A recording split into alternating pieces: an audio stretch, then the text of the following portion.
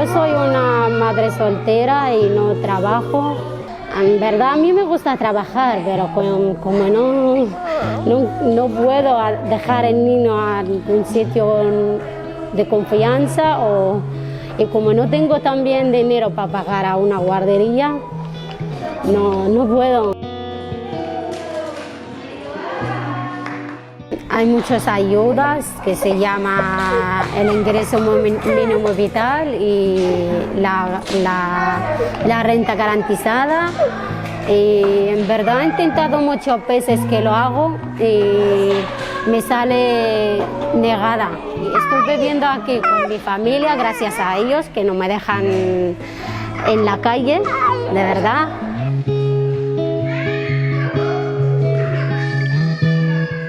Me gusta mucho venir al casal porque el niño aprende muchas cosas y yo también.